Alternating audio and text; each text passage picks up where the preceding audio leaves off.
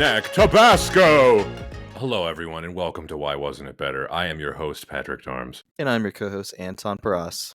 Joining us for this very special 50th anniversary episode of The Man with the Golden Gun is a veteran guest, Garret Ohringer. Welcome back to the podcast. Hi, guys. It's nice to be back. What is this, my fourth episode, I think? Yes. Your first non-superhero film. Yes, but you know what? I wish I had like a superhero pun to make here, but really I don't too. But I'm just glad to be here with you guys, most importantly. We're super excited to have you here. Also, congratulations to our listeners. They should know that Mr. Garret has recently gotten married. Thank you very much, Anton. And for all you listeners, too, there are a few unpurchased items on my registry on Bloomingdale's and on Amazon, and that is active until 6 months after the wedding. So if you would like to buy me a Sonos or a Dyson V8 vacuum, that would be much appreciated. Thank you. We can tweet that out for you. 6 months, exactly. really.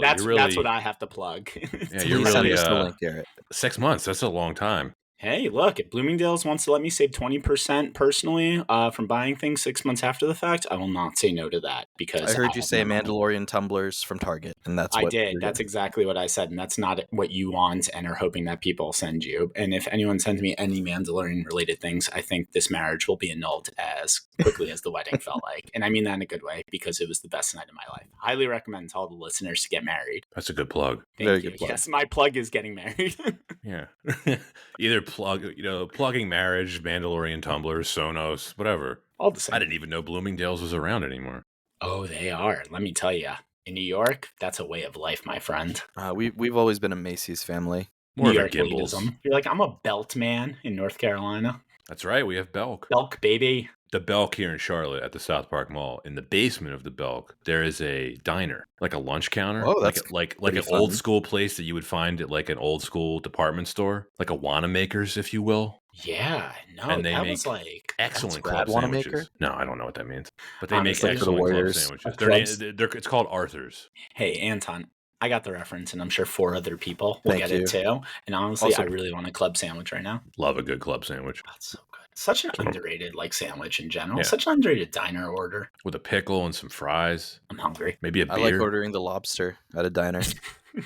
That's what you like, the lobster at the diner. That's Oh That- yeah, now it's that not is a good it's not the reference. usual order. That is, Oh, okay, always. I'm glad Garret got it. oh, I get it. I didn't get it.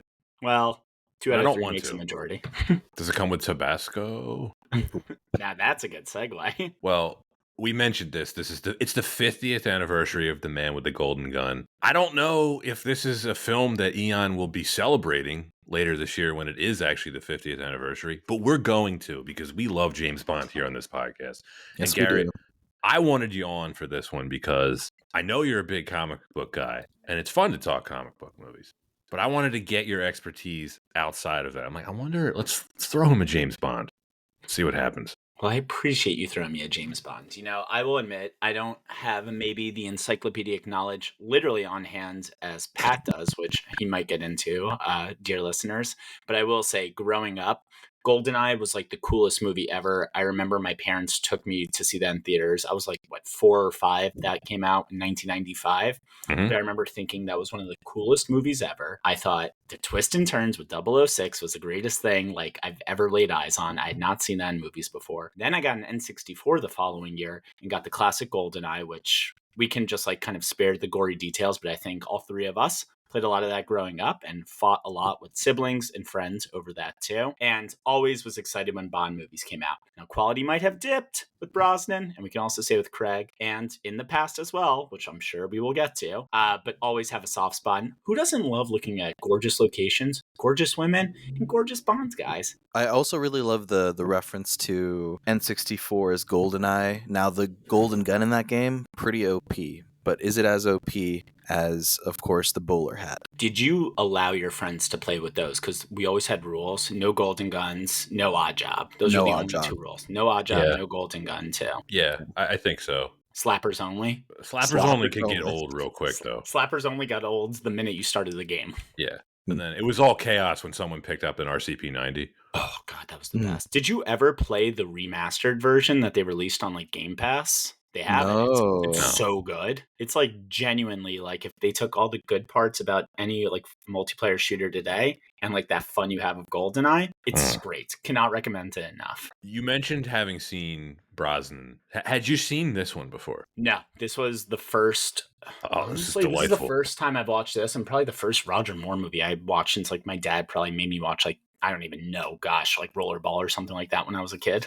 Okay, so you had some familiarity with Moore and Not the older ones. Rollerball, Thunderball. Sorry. I was gonna let that go. I was like, But I did just Rollerball. watch Rollerball the other day recently, randomly enough. The so- original? yeah, the original, not the awful What was 2000. it? Kevin Well, Kline? We're gonna be Kev- covering the remake. Not on Kevin this podcast, Kline, buddy. Chris Klein.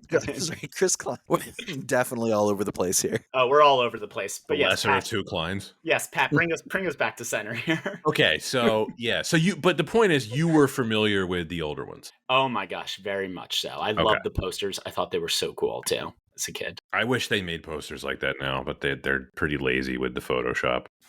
Bring that back. Come on, studios. I feel Cowards. like they could farm that out to someone inexpensive, right? Anyway, let's start this because we have about 9 pages of notes that we can work off of because there is this movie is it's just full of wonder. James Bond receives a golden bullet inscribed with 007, signifying that he has been targeted by high-class professional assassin Francisco Scaramanga, known as the man with the golden gun. 007 is relieved of his current assignment, the search for scientist Gibson and his Solex agitator, the solution to the global energy crisis, and determines to find Scaramanga. The Man with the Golden Gun was released on December 20th, 1974 by Eon Productions and United Artists, directed by Guy Hamilton, screenplay by Tom Mankiewicz and Richard Maybaum, loosely based on the novel by Ian Fleming, starring Roger Moore, Christopher Lee, Britt Eklund, Maud Adams, Hervé Villechaize, Clifton James, James Liu, and Soon Tek Oh. The budget was $7 million. That is $43 million adjusted for inflation. And the box office was $97 million. That is $606 million adjusted for inflation. Why was this movie chosen? We mentioned this. It's the 50th anniversary of this film coming up later this year. We like to talk about James Bond on this podcast because, frankly, even the lesser ones are fun to talk about. This is the 9th official James Bond film. It was Roger Moore's sophomore effort. It was also the end of an era. It would be the last film that producer Harry Saltzman would participate in. Poor Harry had been around since the beginning of the franchise with his partner, Albert Broccoli. Due to racking up very foolish debts, including trying to purchase Technicolor at one point, Harry Saltzman was forced to sell his half of the franchise to United Artists about a year after this film came out. Pretty all-time bad decision on his part. Pretty bad. Yeah. This ended up being considered a major disappointment by United Artists at the time. It was released the same weekend, Anton, as The Towering Inferno, and it was more or less overshadowed by that at the box office, as well as The Godfather Part 2. This has a pretty dismal 42% Rotten Tomatoes score. I mean, we mentioned the box office numbers in the intro. It made a nice profit, but just so you have some context, Garrett, this had a 40% box office drop-off from its predecessor, Live and Let Die. In today's money, that's about $500 million less than the film that came before it. Adjusted for inflation, this is the 4th lowest grossing film in the series. It's considered a low point in the series by a lot of fans. And yet, I think it's going to be a lot of fun to talk about, especially during the dog days of summer. Hot, humid, and mediocre. That's what I think of this film mostly. That is a very apt analogy. Yeah, it is just like the dog days of summer. 3 nipples. It's all about the 3 nipples. That is what I think about when I think of the dog days of summer. 3 I am nipples. proud of us for getting about 10 minutes into this and not having mentioned the 3 nipples. It's like the 3 boobs in Total Recall. Like, eventually it will come up. I'm sorry, it comes up in literally the first scene. So if they're going to put in the first scene, we're going to talk about in the intro. It's only right. So, Garrett, having never seen this before, like, were you prepared for the 3rd nipple? No, but you know what? I think Wait, so also. which 3rd nipple were you not prepared for? Well. There's Tom, Well, there's only one real 3rd nipple. There's in only this one movie. real one, but let me tell you, the second time around, I was like, that looks gross. Like, that When looks Roger extra Moore gross. shows his fake 3rd nipple, I'm like, just mouth agape. But the point that I'm trying to say, just the fact that someone related to Herman Mankiewicz wrote this movie, I know he had wrote previous Bonds before, was Mhm. like, you know what I have for a MacGuffin of sorts? A nipple. I'm sorry. There could have been any other cosmetic things that I could think of 10 off the top of my head. I will not do it for the sake of embarrassing myself in live time right now. But a third nipple, the 70s were wild, but were they that wild in terms of the ideas that we had? I guess so. So in short, I was not prepared at all, but I'm glad they got it out of the way within 5 minutes. You know it's a real thing. Yeah, I know it's a real thing, but I've never seen it used as a plot device in a movie, much less a James Bond film. I don't think you'll ever see it again. I have not in the 50 years of cinema since. No. I mean, I'm so glad you mentioned Mankiewicz. Oh, yeah. Because, this would be his third and final contribution to the series. I wonder why. He was not asked back. It's just so uninspired, the screenplay. It's like, I don't know. What's the defining trait about him that people might not realize? He's got a third nipple. That'll be a plot point. I like how they nipple. claim no one has any idea what he looks like, but they somehow know he has a third nipple. Okay, he must have been mercilessly bullied in school. We know his like defining tragic accident, his like pet elephant getting shot, but you know that people were talking like crap about his third nipple, and that became like the running line throughout his life. That's his villain origin story. But he's anonymous. They had no idea what he looks like. Look, he does sound like the edgy, eccentric kid. The dude has a golden gun. Yeah. One bullet only. And look, I know that this doesn't really have any bearing on the plot, but as someone, who knows a little about guns, gold is a terrible material to use for ballistics. Please explain to the listeners why, because I am equally as curious. Too malleable. It's soft. Too malleable. Yep. Now, I know like what some listeners may be thinking, where you're like, well, lead's used in bullets. Lead is a very soft metal. Yes, but lead is far denser than gold. And also, the whole point of bullets is that they're supposed to be inexpensive. Now, obviously, at $1 million a shot, he can afford it. He has a powerful weapon, and he charges $1 million a shot, as we know from the title song. I love both the opening and ending songs of this, by the way. They are the most literal, like, if you haven't been watching the movie, here's what's going to, and here's what just happened for you. It's either the best title song or the worst, and it's definitely not the best. Considering this was preceded by Paul McCartney's Live and Let Die, and like this is, I'm going to say it's a downgrade. Did you guys get the subtle subtext of what the actual song was about? Elaborate on that, Anton. I think he was talking. I think the song, when you really analyze it, was about his dong. I think you're right. I'm reading the lyrics right now. Love is required whenever he's hired. It comes just before the kill. No one can catch him. No hitman can match him. For his $1 million skill. Oh, God. Oh, I don't like that. I'm sorry. That was getting into the production history a little bit. They didn't have a lot of time to compose the song or the score, and you can kind of tell. Yeah. Bit of a rush job. I can already tell this is going to be maybe my favorite Bond film to talk about. Anton, is it possible that the worse the film for Bond, the more fun it is to talk about? It's so funny because there's different levels of fun. There's fun because you genuinely enjoy it and love it, and you just want to celebrate it. And then there's fun because we can commiserate about how bad of an experience it was to go through something. I don't think this is a very good film at all, but I do enjoy it. Kind of like when we were talking about League of Extraordinary Gentlemen. Garrett and I like that a little bit more than you, Anton, but both of us admitted, like, this is not a good movie, but we like it. Can we agree, though? Like, this film, to me at least, just felt like a lot of filler. Like, there's not a lot of plot in it. There's scenes, and then a duel, and then another song. I would go even so far as to say the plot is genuinely stupid. Oh, it is genuinely stupid. Also, Araminga kind of's got some magnanimous, efforts in there. Yeah, maybe he wants to sell it off, but, also he kind of wants to cure the energy crisis. He doesn't even understand how it works. He's like, well, whatever you say, Mr. Bond. I love how he's just like, I don't know, man. I killed somebody. I took over a Thai conglomerate. I got a lot of money. I think I'm rich, but, like, check out this sick laser weapon I just built. He's like, yes, it was surprisingly easy. I just shot him in the chest, and none of his employees did anything about it. Nope. And also, I shot a woman in broad daylight at a crowded Thai boxing match. And nope, nobody's doing anything there to me. I really wanted to see how he pulled that off. That's really impressive. There's not just blood going everywhere. She's not, like, slumped over. Like, did he hit her spinal cord perfectly so that she, like, stayed upright? Did he prop her up there? If they were trying to actually show the scene, and then this is me having watched enough similar films, it would have been during a cheer at the match when it got so loud, and he used a silencer. Do you think he doesn't have a silencer on that thing, though? But just to say, like, if it was going to happen, he would have added a silencer. Yeah. Do you think she's sitting up straight because Knick Knack is just standing behind her and using all of his body weight? Just like, this woman falls. This joke will not work. Hold her up. I will hold it up. Bravo, mi Scaramanga! You only have 3 bullets left, and I only have 3 seconds left.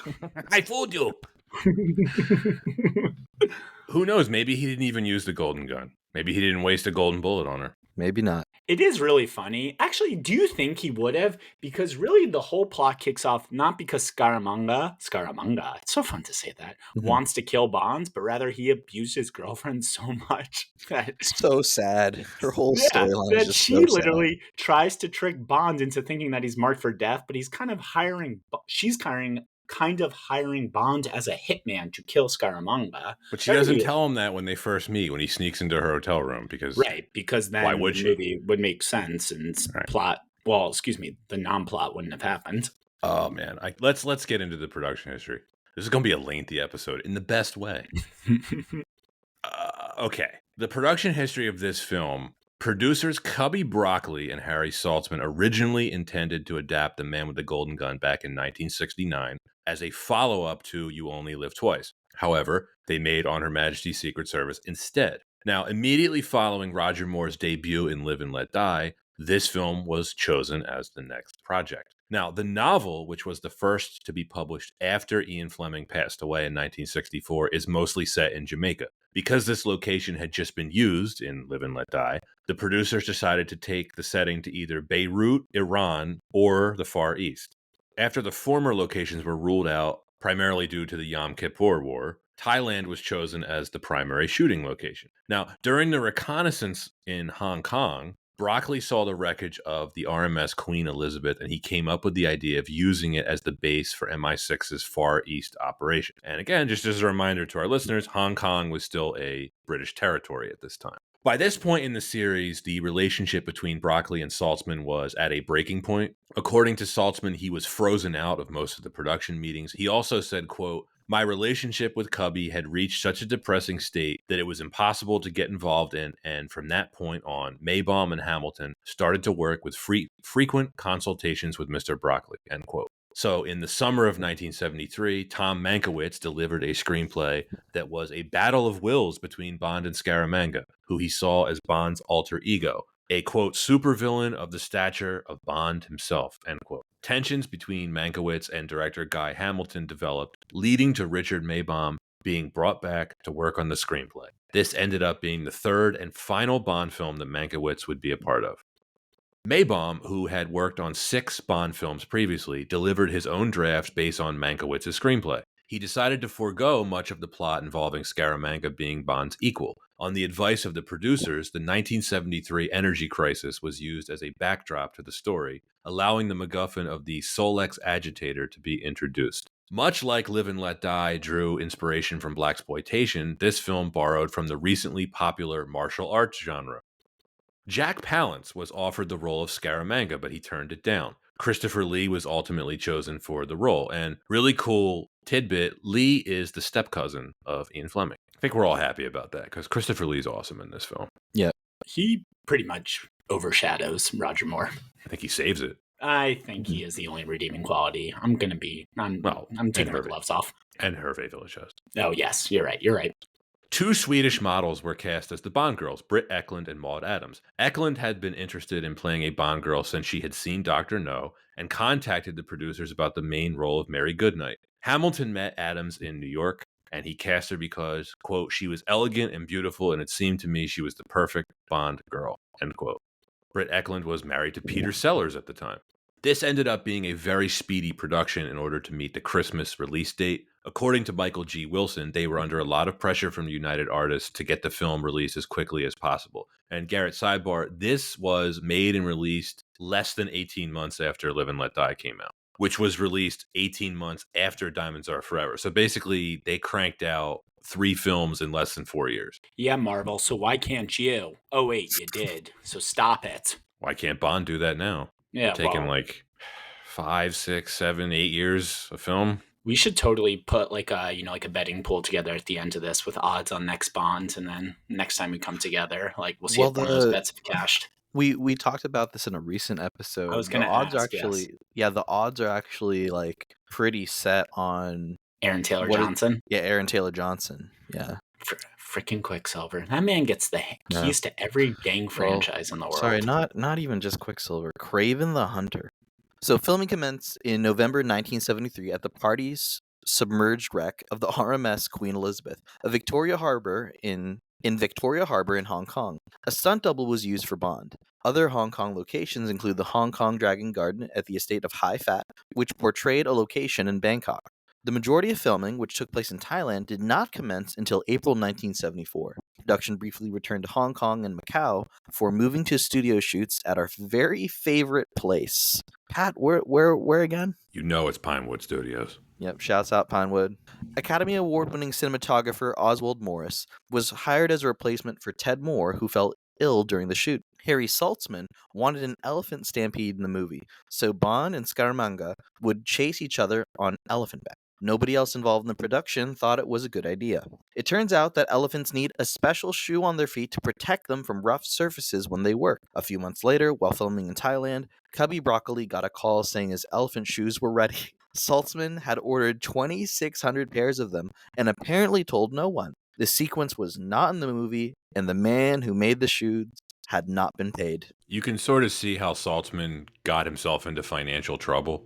Is an elephant shoe guy the same as a horseshoe guy? Like, I really am curious about the farm industry is like shoemaking and cobblers. Yeah, we'll have to analyze this afterwards. Yeah, that can be the postscript. If any of the listeners are elephant shoe experts, please write in and explain it to us. Yes, any animal cobblers, please reach out to us.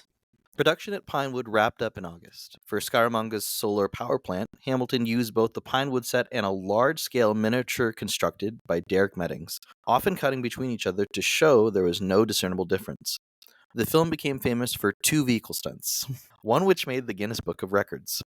A 1974 AMC Hornet X was used for the, quote, corkscrew car jump, which was first tested as a computer simulation, the first of its kind, by Cornell Aeronautical Laboratory. It was then performed as a live-action stunt, successfully filmed in one take. The music they used aside, it was a very, very, very badass stunt. It is such a cool stunt. The slide whistle can't even ruin it. It almost ruins it. I mean, the director said on the DVD commentary that he regrets it all those years later. Well, guess what? Hindsight's 2020, my guy, and you're not doing yourself any favors. John Barry. The only thing he's done wrong. The flying car was a newly introduced AMC Matador, as the car itself was not airworthy, even when fitted with wings, so what you see flying is a 1-meter remote-controlled model, built by special effects supervisor John Steers. The title song was performed by Scottish singer Lulu and composed by John Barry. Tony Bramwell, who worked for Harry Saltzman's music publishing company Hillary Music, wanted Elton John or Cat Stevens to sing the title song. However, by this time the producers were taking turns producing the films. Cubby Broccoli, whose turn it was to produce, rejected Bramwell's suggestions. Alice Cooper wrote a song titled Man with a Golden Gun, but the producers opted for Lulu's song instead. Barry had only 3 weeks to score the film, and the theme tune and score are generally considered by critics to be among the weakest of Barry's contribution to the series. An opinion shared by Barry himself. He said, quote, "It's the one I hate most. It just never happened for me," end quote. We mentioned in the intro, this was considered a box office disappointment upon release, although it made plenty of profit. And with that, we've gone through the production of The Man with the Golden Gun. There's a bit more production that we'll touch on as we go through the reasons of why wasn't it better. But before that, a word from our sponsor. Today's podcast is brought to you by Sprizzy. Looking to skyrocket your YouTube channel's growth? Meet Sprizzy, your video's ultimate matchmaker. Their tailored ad campaigns connect your content with viewers who are already looking for videos like yours. With Sprizzy, you're not just getting views, you're gaining subscribers who are genuinely interested in what you create. Are you ready to boost your reach? Visit Sprizzy.com today and let's launch your channel to new heights. Sprizzy, the smarter way to promote your YouTube channel. All right, let's talk about the reasons. Number one, this film received a lot of criticism for its treatment of women. Let's just say this is not the most progressive film when it comes to women. One way to put it. Yeah, that's a very nice way to put it. Bond watching Andrea Anders in the shower and then slapping her around. It's pretty uncomfortable to watch. Moore himself was not comfortable with it, and he made it clear to the producers that he wouldn't do anything like that again going forward. I was listening to the director's commentary, which sounds like you did too, Garret. A little bit. this was their idea of making him, quote, edgier. That was like what they came up with in 1973, 74. They're like, we'll just have him slap Maud Adams around. Do you think it was kind of like residual Sean Connery effect? Like if this was Sean Connery, I'd be like, okay, I could kind of see him doing that. And I say kind of in Yes. air quotes because not that I'm saying Sean Connery is like a woman beater or anything like that, but it feels more in line with Sean Connery than Roger Moore. Yes. There's really like two phases to the Roger Moore era. His first two films, Live and Let Die and this one, I would say, to your point, are more similar to the Connery era. Like if you look at The Spy Who Loved Me onwards, all the way up to A View to a Kill, they're a bit different. And I think they're the Roger Moore films that I prefer more than these first two. I think Roger Moore is far more comfortable in the role for a lot of different reasons that we'll get into in this episode and future ones. But it never felt right with Connery doing it either. But especially like Roger Moore, he had a different take on Bond, a more lighthearted take on Bond, and it's very strange. Yeah, I mean, I had a question for you, Pat. Like, have you ever felt like there's been at all a cruel characterization of the Bond character? Has he ever had a cruel streak?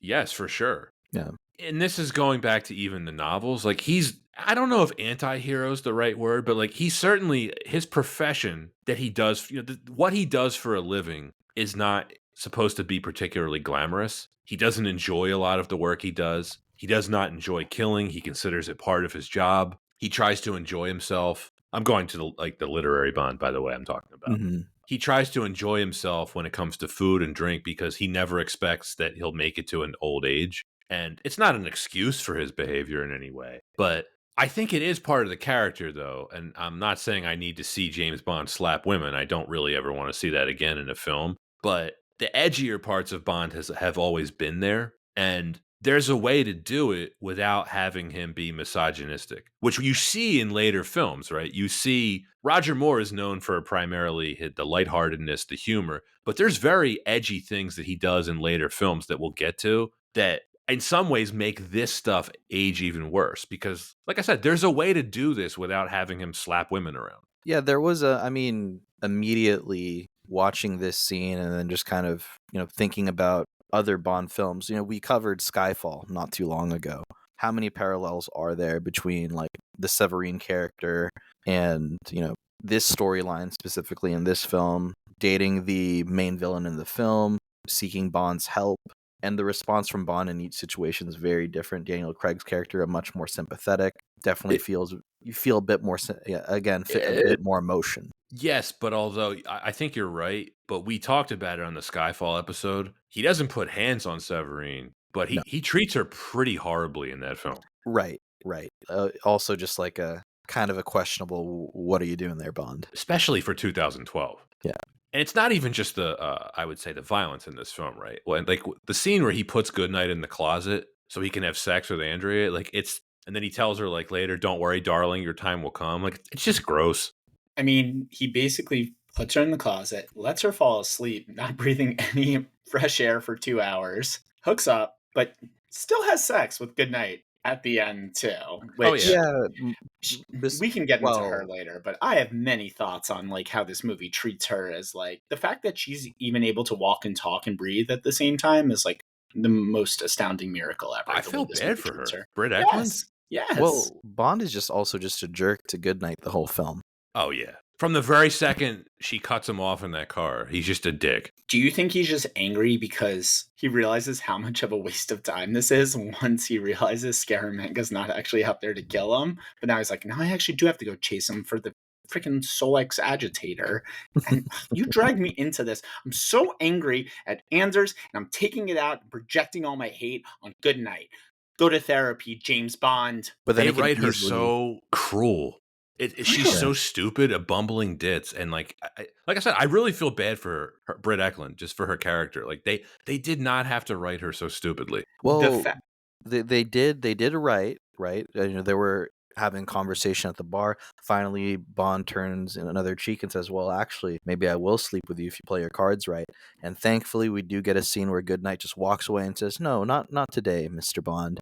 And actually, I'm kidding. Of course, she ends up in the hotel room. And speaking of turning another cheek, Goodnight turns her butt cheeks and almost incinerates Bond's face off with a laser. So that I think is truly her lowest moment. Not any of the Scaramanga basically shoving her into a car unwittingly or just being so thirsty for James Bond. I think her not being able to read English per the screenplay and almost killing everybody in the world with her butt, I think that takes the cake. I feel like it's a waste of writing too, because there was good stuff that could have been done with there, like She is an international yeah, spy. and she She's a has. trained woman. I think her and Moore have good chemistry together. Like there could have Yes, they been way better do. scenes. Yeah, I agree with that. They do, and like having let's say like a lighthearted character, like we were talking about this before too, but with Anna de Armas in the most recent film, like she's kind of very like lighthearted and a little bit more jovial than like other Bond girls too. But she's not played as like a ditch; she is very competent. Whereas Yeah. Knight is literally the exact opposite of that competency. I did like Maud Adams. She's not in the film that much. I liked her acting. They bring her back for Octopussy. I remember seeing that. Yeah, And with Roger Moore. Cubby Broccoli really liked her. Understandable. Yeah. So, do you think we can just kind of chalk up Bond's mistreatment of women in this film just very uncharacteristically and probably just bad writing? Yeah, I think it's definitely up. It's definitely the writing, and they really So did make a course uninspired. correction with this with the next film, The Spy Who Loved Me. And for the like I said, for the rest of Moore's tenure, like he does not behave this way. Everyone in the movie just feels tired. Like they've all had long days and they just want to go home and take a nap. And like even Christopher Lee, for like all the gravitas and like just fun he actually brings to the movie, even in some of his line readings too, you're just like, you just seem so bored right now, just reciting these lines. We can move on to the next reason. Yeah, do I it. think we've said everything we need to Yeah. say here. the well is tapped. Well, one final thing. There is a difference between Bond being a womanizer and just straight up misogyny. We like seeing Bond womanizing. That's part of the character. There's a way to make Bond into a cool playboy without making him gross. This is not it. I like seeing Bond seducing women, being a charming playboy, having great lines. Like that stuff's really entertaining. But this scene with Maud Adams and how they wrote the Britt Eklund character, it's like there's just nothing entertaining about it. Bond seducing a woman, great. Bond seducing a woman by basically interrogating her and threatening to break her arm, not seducing. No. Like he finally gets around to it when he pours the champagne and you're like, "Oh yeah, that's the James Bond I want to see." Yeah, but at least he's trying good manners in the sense of like, guys, this is what you should say to women. Don't bend them over a bed and threaten to break their arm. Maybe it Right. will work. It probably won't. Next reason why this wasn't better. There's some racial stuff in this film. Some. This was, I think, part of the era, and it's amusing in like the wrong ways. How, Anton, I want to hear your opinion on this. They treat Asia like one big interchangeable thing. Yeah. Like Lieutenant Hip, right? He is obviously he's working for MI6, but his cover is a Hong Kong detective in the Hong Kong police, right? But he has relatives in Thailand, which is really nowhere near Hong Kong. And then High Fat is a Chinese industrialist who lives in Thailand, and he has a house that has like Japanese sumo wrestlers as decorations. They're just using Asian culture with like this hodgepodge.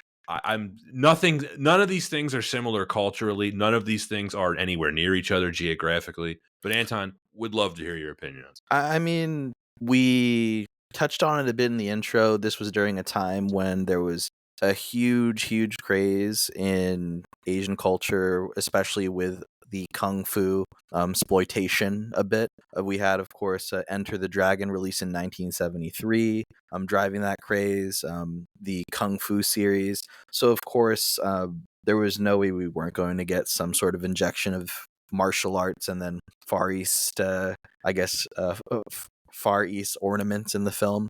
I will say this: if I had to kind of think of an example for all folks that have been in a college town where you go to like that one Asian restaurant in town where they both serve sushi and lo mein, that's kind of how Asian culture was treated in films. That is such a specific reference, and my college had that too. So Yeah. Mine did, yeah. Shouts out to Kyoto in College Park, Maryland. Yep. Yeah, and Number then, one, like, China. And I can see that, like, yeah, it's probably the easiest way to get through to a wide audience is, you know what, let's just throw it at the wall. That's a lot of really great stuff. People are going to love it.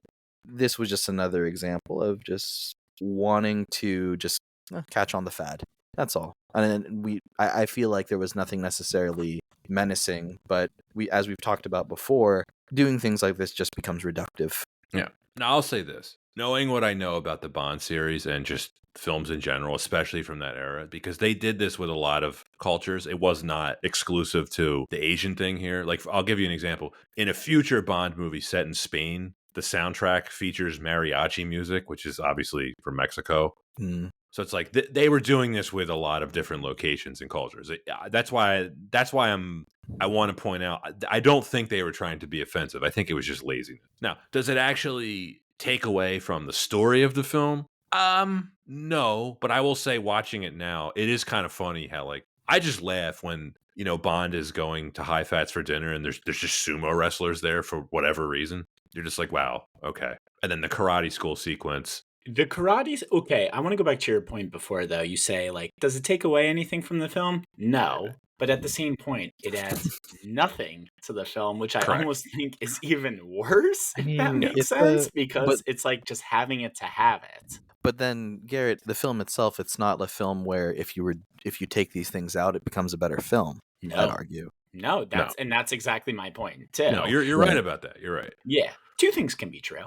Yeah. It's more the point of, like, I love how Fat is just like, no, we're not going to kill him on my property. And I could have killed him before. You know what I'm going to do? I'm going to knock his ass out, and I'm just going to put him into a dojo where I guess they'll kill him or just hurt him, or he'll just understand culture. What was the plan there? Like, they would just beat him to death? It seemed like they were trying to teach him culture. About they're just trying to teach him culture. Exactly. I don't know enough about martial arts. It looked like there was a variety of martial arts that were taught at the school. I'm not an expert on this at all. The geopolitics of this movie make no sense. We can all agree on that.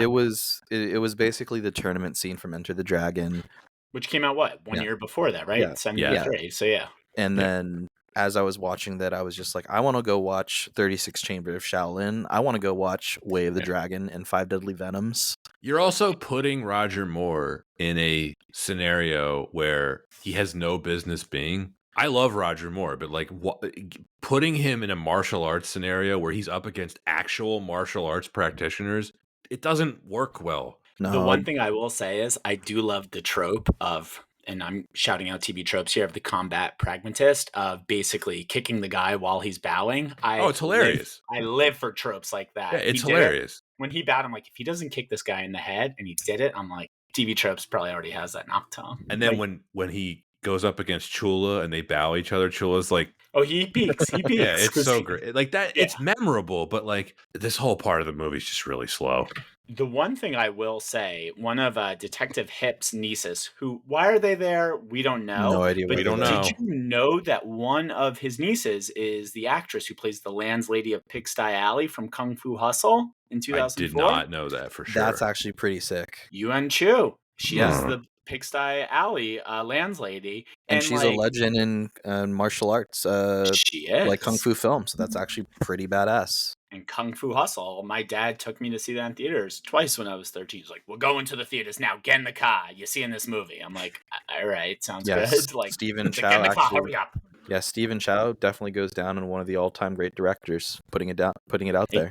Exactly. But yeah, that at least is one kind of fun fact that we can at least take away, that this was one of her first roles. And now that we have a very memorable role 31 years later. Let me get my math right. Yeah, in 2004. Love it. I'm throwing J.W. Pepper here under the racial reason. Pointy heads? Calling everyone pointy heads? Not because they're smart. Did you see Live and Let Die? I did when I was much younger, so I had recognized like the character. I should have rewatched it again because I knew he was like a recurring. I'm going to use just so unwelcome. In the original script, he was only meant to be seen in the one shot where Bond goes by in the boat, but they expanded his role because he was a very popular character at the time. I disliked him in Live and Let Die. I can't stand him here, frankly. It doesn't even make sense for his character to be vacationing in Thailand. Mm-mm. If there was one thing Southeast Asia didn't need, it was a redneck sheriff. I just cannot imagine a Dixie Democrat like that man ever being like, let's go to Thailand in 1973. Like, I I just love me can't some imagine. pad thai. I love me Oh, pad thai. Give me that pad see ew. Point a hat, and you're like, oh my god, man, stop saying these things. secret agent on whose I side? know where I know you from. I remember you. Look, even logically, it doesn't make sense. In 1973, Thailand was not a tourist location. Also, there was a little thing called like the Vietnam War that was like still kind of going I've on heard in of that. that Yeah, part of the yeah. world then. I don't think it's the fault of the actor, Clifton James. He was playing the character as it was written.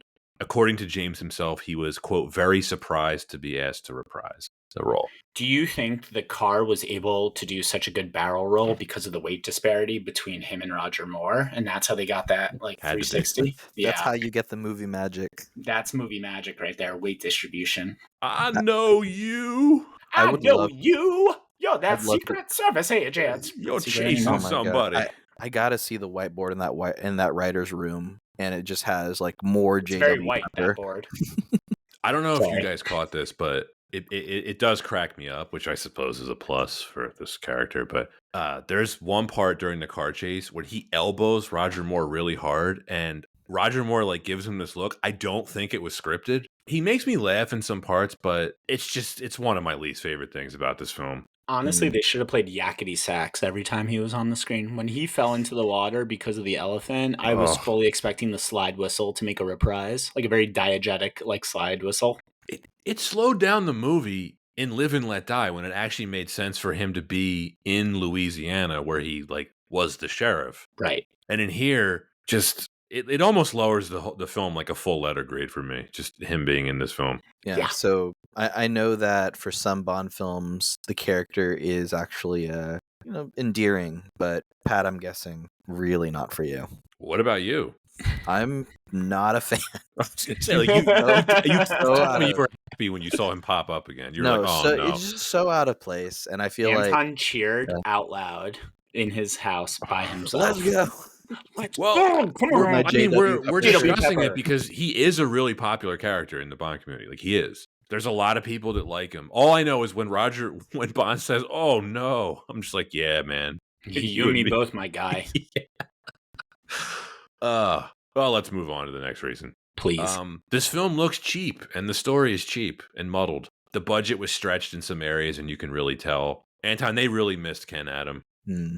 They didn't have him. It was Peter Lamont, who is a legendary production designer. This is no disrespect towards Peter Lamont, but he's not Ken Adam. And then the other guy, Peter Merton, I think they did the best they could, but it was clear that the budget went into some sets and not others. It feels I think very all of the stuff in the first half looks pretty cheap. Garrett, you were going to say something? Sorry. I was saying it looks just very funhousey, like very even like Scaramanga's Funhouse. I mean, don't get me wrong, some of his abode, even his little junk ship, I'm like, okay, these are very pretty Yeah. interiors. But that Funhouse seems like something that I would see at a New Jersey Carnival that pops up in like June in like the Meadowlands parking lot, basically. It's a specific reference, but any Northeast. I know what you mean. I was going to say I was like, you'll Yeah. get this. I was going to say cut rate Coney Island. Oh my god, this is not even cut rate Coney Island. This is just like get cut. There's two ways I look at it, right? The fun house, which we'll talk more about, looks, I think, pretty bad. His actual house, like his living room and stuff, pretty cool. Pretty cool. Looks I like a would cool live there. place to live, including the knick-knack sized kitchen. One thing about the budget too, and I'm not sure if we'll get to this, but if we do, this movie has no Bond tech in it at all. The most techie thing in this movie is a third nipple that is made for Bond. Do we think that because the budget was so low, they're like, well, we'll just have no Q in this movie, and by definition, no tech really outside of, the flying car and the eponymous golden gun. I mean, Q's in it. He's in it to get yelled at by M for 2 hours. Scaramanga has the gadgets. He's got the golden gun. He's got the flying car. The Solex agitator. Right. Agitator. Whatever I the was heck that is. agitated watching this. That's a good one. Yes, Whatever Garrett the was agitator Solex is. agitated. It's not really clear what it does. It can also power lasers. It's a MacGuffin doohickey. He just describes it. It's Sure essentially is. just the Death Star. I guess the energy crisis was never resolved because you never hear about the Solek agitator. It really is amazing that he could have pretty much solved the energy crisis. Like, even in today's standards, I don't think we can get that like good of like solar energy production rates that he was quoting in the movie. But Scaramanga's like, buddy, I have no idea what this tech is, but I'm going to make some money off of it. And I think that was the writers basically saying, we have no idea what this movie is, but we're going to make some money off of it. Yeah, you're right. He even says it. He's like, whatever you say, Mr. Bond. Good thing I have this power plant in my house that's run by the Reverend Jesse Jackson.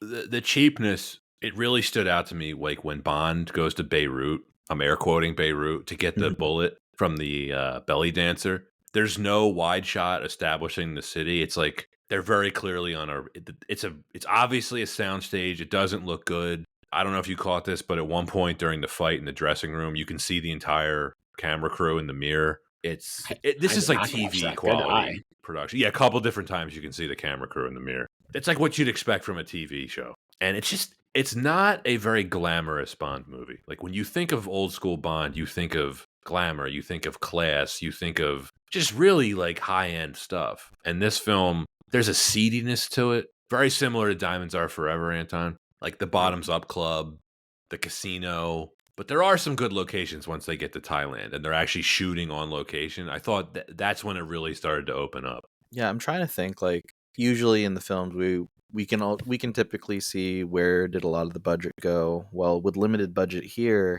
we didn't see great investment in writing, nor did we get very many special effects. Some good stunts. Yeah. But yeah, this film really suffered from that budget. One thing too, like the product placement itself is so cheap in this movie. Tabasco, we've obviously talked about, is one.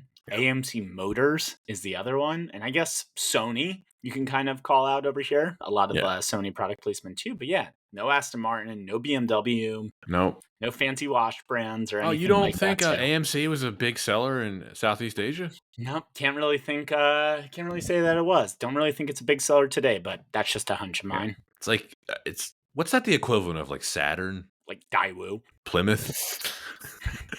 Mad TV. Daewoo. Yeah, that's exactly the reference I am thinking of to it. Like it's straight up, it's Saturn. I think Saturn is totally apt.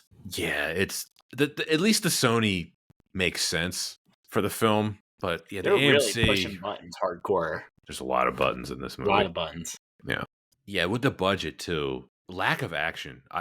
Someone described this to me as low energy. Yeah, Garrett mentioned that.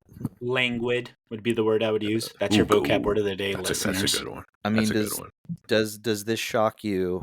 It's the lowest body count of any Roger Moore Bond film. Now that I think about it, the body count is very low. Very low. Do you know how many people Bond himself officially killed in the film? Oh, just one. Just one. Yeah, just one. Yeah, just one. Yeah, a lot of nut kicks and face kicks. But yeah, a lot of nut grabs. I choose to believe that the guy he kicked in the face survived that. I would. Yeah. Yeah. I hope so. Wow, he really does not kill anybody, but he threatens to kill like every woman. But we already talked about that, so we don't need to rehash that point.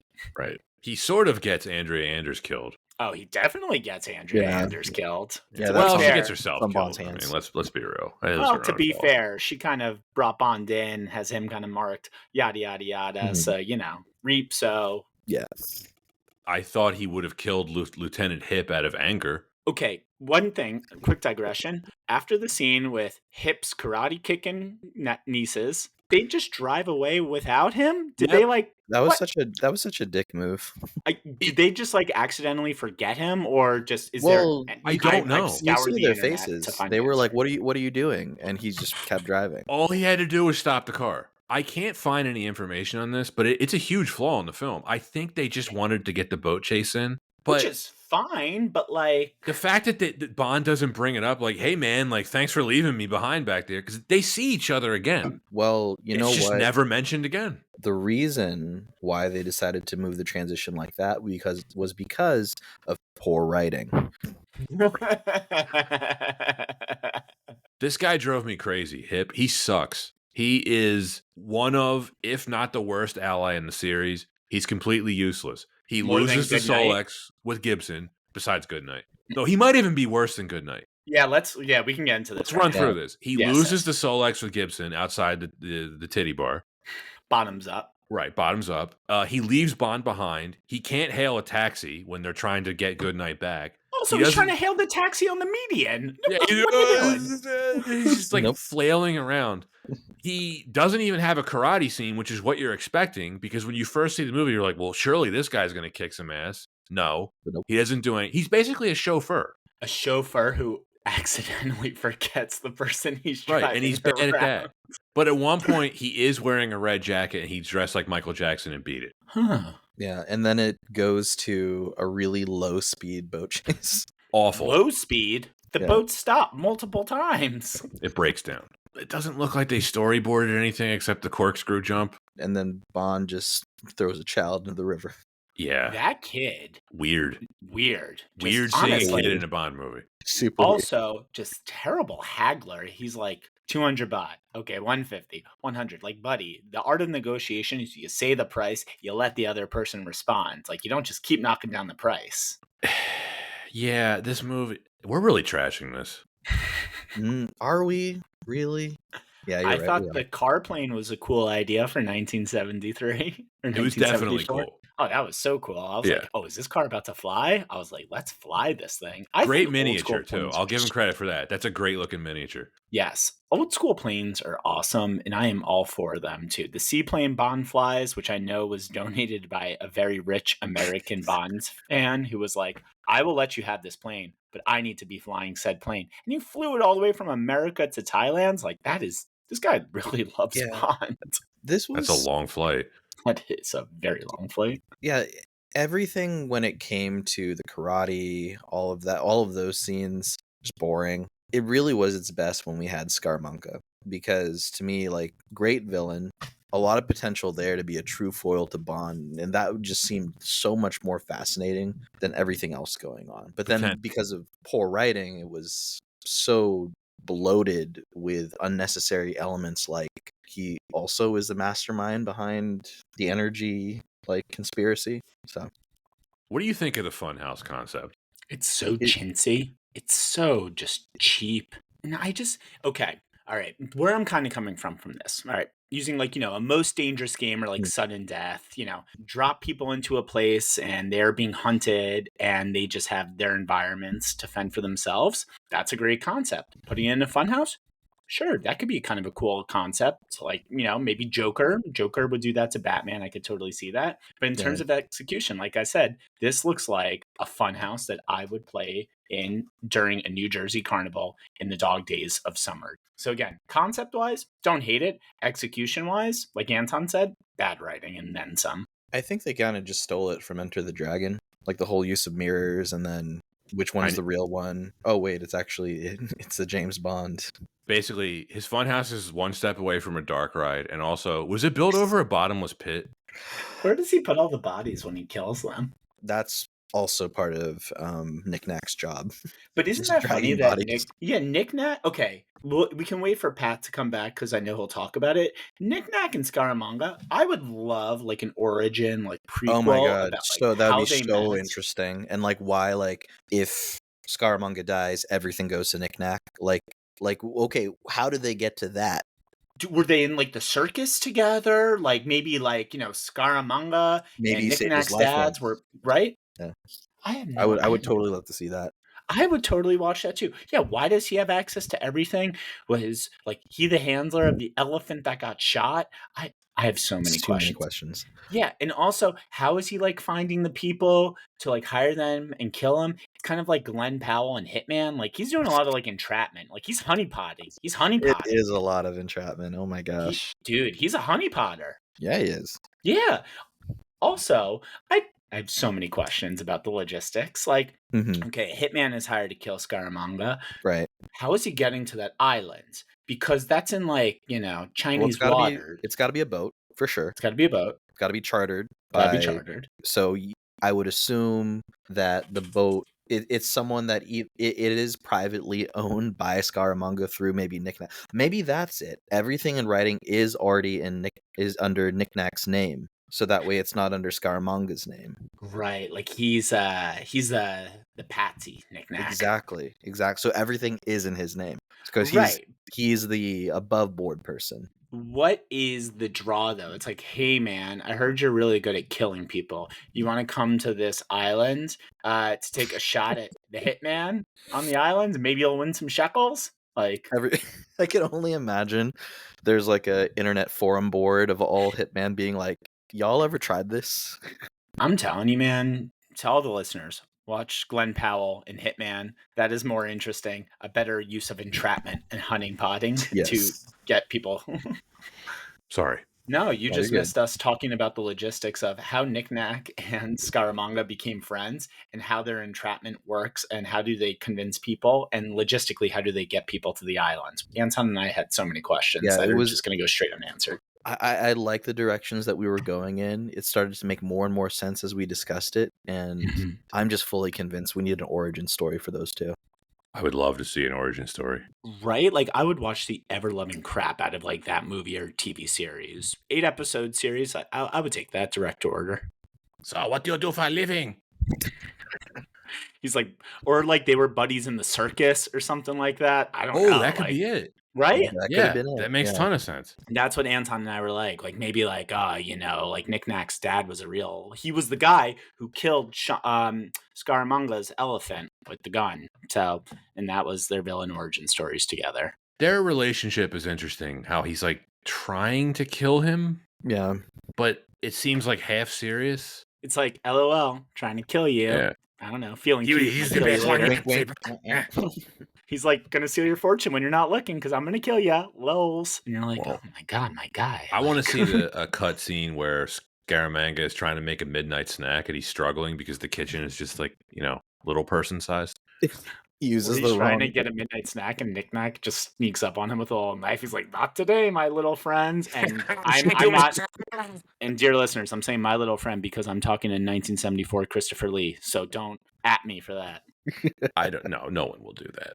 I don't know if you brought this up while I was away, but if Scaramanga always has home field advantage and Knick-Knack is constantly playing tricks on the opponent, how does that help Scaramanga? Wouldn't he get soft? One thought I have is that in the funhouse, there are some loaded weapons that theoretically the other people could use to their advantage. Like a great example is like, does the gun that Bond used at the end, because we know he drops his famed gun. That's a plot hole. Right. Into the bottomless pit, you mean? Right. But is it a plot hole, or does the dummy of James Bond have an actually loaded gun? And the idea is that Why Knick-Knack would it? leaves these weapons around like for the other people to challenge Scaramanga, but they don't try to use them. You're exactly right. It's lazy writing and probably a plot hole. But to your point, that's the only kind of argument I can make against him being soft because of Knick-Knack. Or getting soft, I should say. It just doesn't make sense. If you're trying to get better as an assassin, you're like, I'm just going to invite people to my home occasionally and have my butler trick them. Yeah, it's stupid. It's stupid. And I feel like it's just another example of the bad writing where even Scaramanga's just motivation to like kill Bond, it gets befuddled during the writing where at one point he makes it very clear, I want to kill Bond. Then he actually is chatting with Bond, is like, I have nothing against you. But then he says, actually, I really want to kill you and let's have a duel. You're right, because he had no intention of killing Bond. He just wanted the Solex. Like, if Goodnight just took the Solex, the movie would have been over instead of like chasing after him. Doesn't make sense because he does tell him like, I don't have nothing against you. It's like, but you have a wax dummy of him in your house, so clearly mixed signals. sure. Yeah, it's like, so you're just like weirdly obsessed with me? Well, I mean, he kind of does say, you are my foil, you are like me, you kind of enjoy killing people. And then Bond is like, well, I would enjoy killing you. So like, I guess the idea is like the movie wants to present Scaramanga as his foil, but the writing and the plot give no indication as to why that would be the case. By this point in the series, we were really deep into the trope of Bond being a pseudo celebrity. Like when he's tracking down the bullet to Lazar in Macau, and he was like, oh, it would be the greatest honor of my career if I could make something for 007. It's like, so everyone just knows who you are? A terrible secret agent. I mean, M does say, he does say to M, he's like, who wants to kill me? Oh, and that was M so just funny. is like, yeah, literally everyone, That was dude. so funny. I have Yeah. that exact quote written down. We'll get to that Yeah. later. That's like one of my favorite things in the movie. How annoyed M is with him the whole time. M's M just such a just jerk. feels like he is constipated, he is hot, he is uncomfortable. Like the whole movie, every time someone talks, he's like, "My God, will you please just shut up? I am going to lose it in 5 How seconds." hard did you laugh when he tells Q to shut up multiple times in the same scene? Oh my God, Q gets bodied by M throughout this whole movie. He is That's such a so punching great. bag. It's a fizzle of a story because Anton, you mentioned the potential.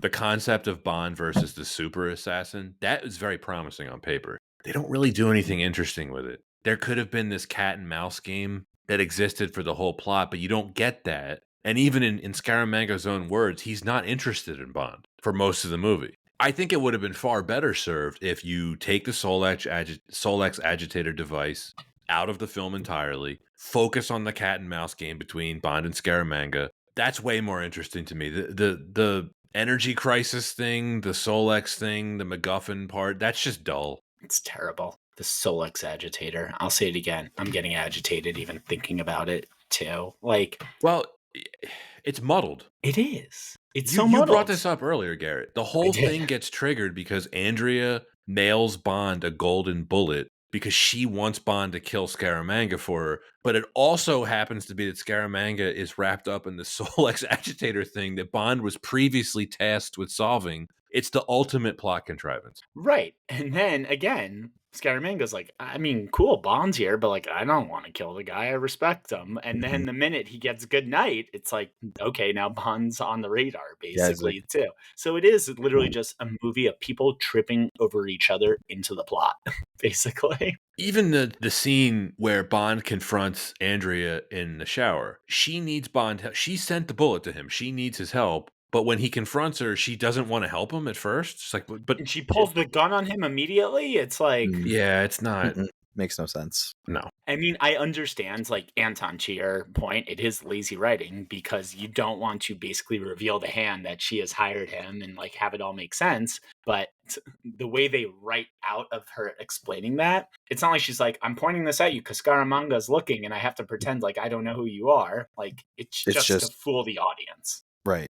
It's the same problem I have when they introduce Lieutenant Hip, how he pretends to arrest Bond and he's taking him on the boat and you like, Just oh tell him. no, is this going to be a bad guy? It's just purely for the audience. There's no reason where he later tells Bond like, oh, I had to get you away from the Hong Kong police. It's like, you didn't have to go through all that theatrics. Or you could have just told me when you were on the boat, clearly Right. with everybody who's accomplices to Right. MI6. But yeah, again, just fooling the audience is not a substitute for good writing in this sense. No. The final duel between Bond and Scaramanga, it was originally longer. The reason why I texted you both about the trailer is some of the cut footage can actually be seen in the teaser trailer. When they're still on the beach, Bond accuses Scaramanga of cheating and he actually throws an explosive device at him. He had a Yep, hand I remember grenade that in the type of trailer. thing hidden in a thermos that he had in the plane with him and he throws it at Scaramanga. They've never released any of the deleted scenes, though. That Bond seems has like been such a half-baked idea.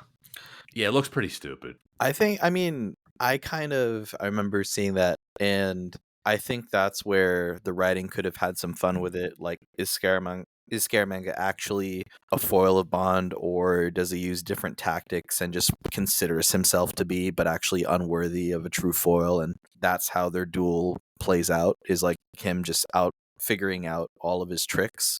And like that actually kind of lends itself to like this fun house. It's a house of illusions. Scaramanga actually is just using illusions and like, parlor tricks to like do away with whoever he takes out, but it doesn't really go anywhere that complex or fun with it. It's just kind of more so just presents like, oh yeah, he's a really good hitman.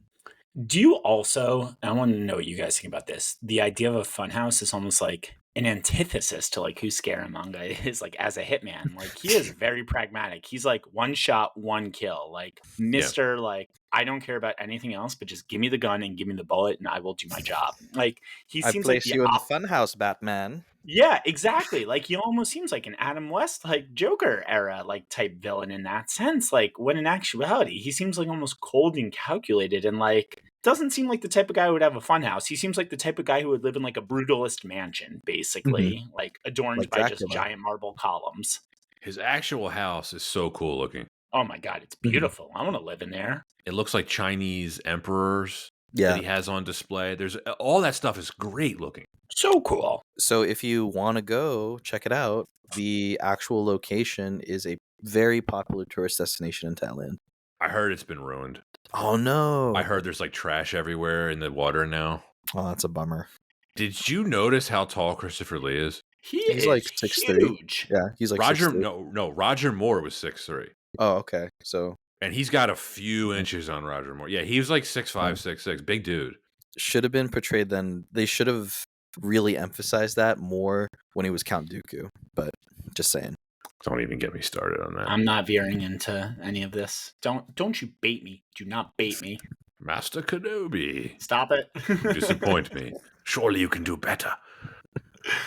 We're going to have to redo those films, Anton, because at some point a patron of ours is going to request it. By the way, Anton, we got our first redo request. Yes, we got the.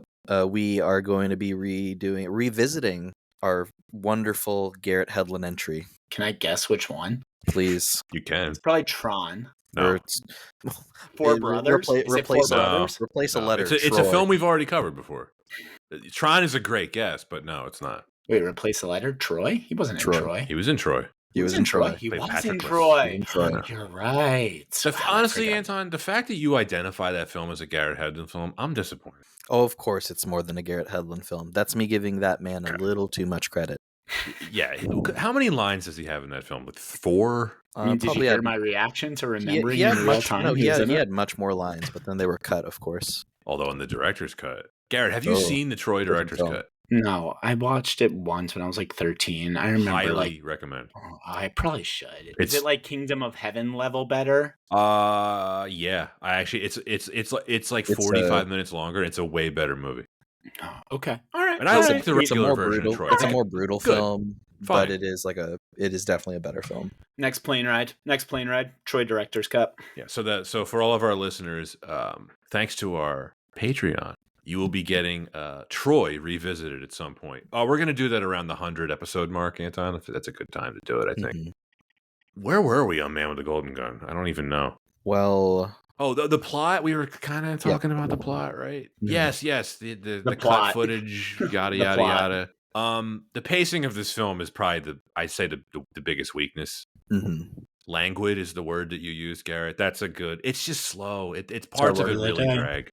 It drags. It all drags. Just like It's the under boats. 2 hours, I think. Doesn't feel like it. Pretty close to 2 hours. Yeah, maybe not. Especially maybe, maybe I end. just made that up. The end felt very dragged out. That's the biggest problem I have with it. He kills Scaramanga, and then There's it 20 minutes felt left. like him and Goodnight trying to get the Solex took 30 minutes. Okay. Again, we've already established bad writing is a recurring theme of this episode too. Yeah. All right, we've seen the Solex before. It's basically concentrated sunlight that makes it, and it can be used in lasers that blow things up. We're talking thousands of degrees here. Bond is maybe 6 inches away from this beam, and just like, oh god, it's a little hot and bright. Like in actuality, bro is exploding so quick, or at least getting his face melted. I like how Scaramanga has a laser weapon that harnesses the power of the sun, but it only points towards the beach where Bond's plane lands. Okay. Also, Nowhere earlier else. in the film, we see a gun that is on a 360-degree swivel, which is an awful idea by the gunsmith, where Bond basically finds the bullet because that allows Bond to basically fire at him. But Scaramanga, is like, let me design a gun. It's got like 30 degrees rotation here. It could kill a lot of people, but like this is just a little demo for y'all. I only needed to point at this beach, nowhere else. Like, Well, do you you want to? conveniently Oh, advanced your Mr. plane. Scaramanga, do you want us to make it mobile? No, mounted. Yeah, Scaramanga's like, I could have blown your plane up in the air. I'm like, buddy, I don't think you could have, based on where that thing can be aimed. It's probably more effective than the Golden Gun. It's almost like a Moonraker laser, if you will, perhaps. We also do get my favorite any trope where the title of the movie is said in the film when he's like, you could say, I'm the man with the golden gun. I was like, he said the title, he said the title. He says He it, said the title. right in the beginning too, and they're like, "Do you It's know? true. Does the main Scaramanga mean anything?" He's like, "Oh, the man with the golden gun." Oh, you mean when James Bond delivers all of the film's exposition in record time? They know everything about him, but not what he looks like. Nope, but they know he's got a third nipple. Hashtag Freaks. third nipple. Hashtag So third. Bond is so kinky. I mean, he says he basically is. Mhm. Greatest use of a third nipple in a film? I would give you all the money in my savings account if you could tell me any other movie that uses a third nipple as a plot device. Well, Total technically, Recall. Total Recall. Damn it, you're right. But Easy. it doesn't use the nipple, to be fair. There's a nipple involved. There is a nipple involved. You but can't get yeah, picky. you're right. There's a third breast and a third nipple. Well, This you're feels right. like a Seinfeld good thing I only have like conversation. $600 in there, so whatever. Back to the plot. I'm still not sure how the entire island fortress just goes up in smoke because Goodnight knocks the Reverend Jesse Jackson into one of the cooling tanks.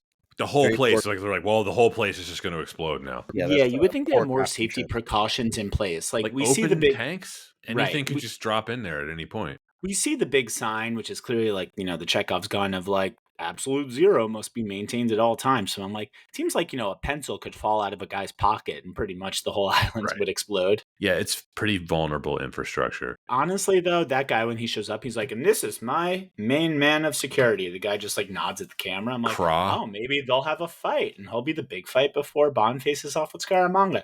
Nope, just pushed by Mhm. Goodnight into I a think vat. he is the most random throwaway character in any of the Bond movies. Like, does he Yeah. just like live there in the basement all the time? Just Who doing lives what? on that island? How many people live on that island? I think it's the Knick-knack, three of them. him. Yeah. Just the three of them, and he just hangs out there. Oh, and Andrea. So 4. Right. How did she meet Scaramanga? Like, what Right? happened there? Like, so what do you do for a living? I don't even have any jokes. I got nothing. No. I have Playing a nothing clever carnival. to say. Playing a carnival game. He impressed her when when he showed he was a really good shot at the shooting the can off of the. Come to my island. I have a fun house. Oh, right. Like when he was working at the circus, like he also manned like the booth sometimes, like when the carnies couldn't fill in, and he was at the gun game, and she was like, I "Can could see you that. help me at this game?" And he's like, "Well, I'm a crack shot. I never miss. I can't do my Christopher Lee Do you need accent. anything from I the don't kitchen? I was going to make a sandwich. No, you won't fit. It's only for knickknack.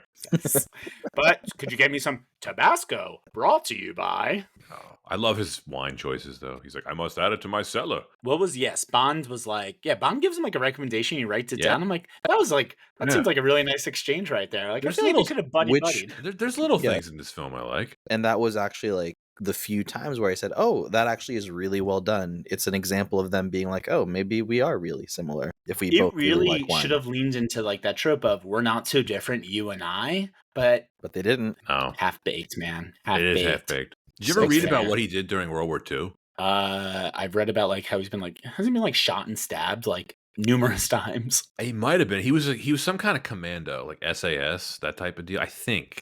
Oh, so the Pretty Well, cool. didn't he teach like multiple Eric levels like, of badass. Yeah, he teaches what's his face, Viggo Mortensen. He's like, that's not how you stab somebody. This Yes. is like in Yeah. Lord of the Rings. He's like, I've been stabbed 900 times. So I don't he have an accent. I'm was not doing Ian it. Fleming's cousin, and he knew Tolkien. Like, how cool is that? That is so cool. That is, when they ask like, oh, if you could have dinner with 3 people dead or alive, like he would be a great dinner guest. Oh yeah. Before we move into the last reason, the epilogue of this film, just seeing Bond fight a little person, it's just bizarre. It's so mean spirited. Well, It is. it was- Yeah. It was like the rest of the film, awkward and not very well written. Like the choreography was just off. At one point, right, runs under What the choreography? Yeah. Shoving him into a suitcase? It was just like so unimaginative. It's more Austin Powers than like you just can't take it. Like you're like I can't take this seriously. Look, like, I'm not gonna lie. I thought when they panned to the scene of like behind the boat, I thought we were gonna see like the suitcase thrown into the ocean, but we didn't. That would at have least bet- they didn't I cross bet- that line. That I would have been an bet Austin you Powers. that is in some storyboard, and like having him yell at a suitcase, "I will get you, Bonds!" Like as I his will get voice you. trails off. Did you catch the bad ADR at the end when Which bad ADR? when Knick-Knack is like I kill you, you bully, and you hear Yeah. Bond? I guess it's presumably Bond. He goes, "Oh, shut up!" Yes, But yes. it's- Oh my god, It's like it very was- clearly not Roger Moore's voice. It's so anticlimactic. Okay, all right. Let me rewrite the scene in real time. Okay, we've seen a giant gun that harnesses the power of the sun. I'm sure that's got like some shots or some charges, like things are overcharging there. Just have Knick-Knack up there and just try to fire it, but he does it, it backfires, and everything explodes even more. Like, and that's how the island gets destroyed. I like it. I like it. Right? Like that is half baked right Yeah. there. That's not even like half baked. That's like quarter baked, and that's already a way better idea Well, than shoving a dwarf into a suitcase. well, Garrett, you had you did what more than any of the writers had when writing this. You just gave effort, so Oh, that right, is right, right. appreciated. Right. Yes. Yes. Look, there's a Thank you. reason why Mankiewicz was not asked back. Yeah. Wrong Mank. The wrong Mank wrote this. Yeah, the wrong thing. Here's a superhero tidbit for you. Mankiewicz would, of course, work on Superman. Mm-hmm. Do you know who was originally supposed to direct Superman before Richard Donner? Herman Mankiewicz No. coming out of retirement as a writer to be a director. I have no idea. Guy Hamilton, who directed this film. He was the first choice director for Superman. He could not get permission to enter the UK for long enough to do Superman because he was a tax exile. He would have been in Britain too long. What a life. So he had to bow out, and that is how Richard Donner got the job. I thought you were going to say permission from his mother or something like that. Permission from Knick Knack. Yeah, he didn't get his permission slip handed will in not to the let you. teacher in time.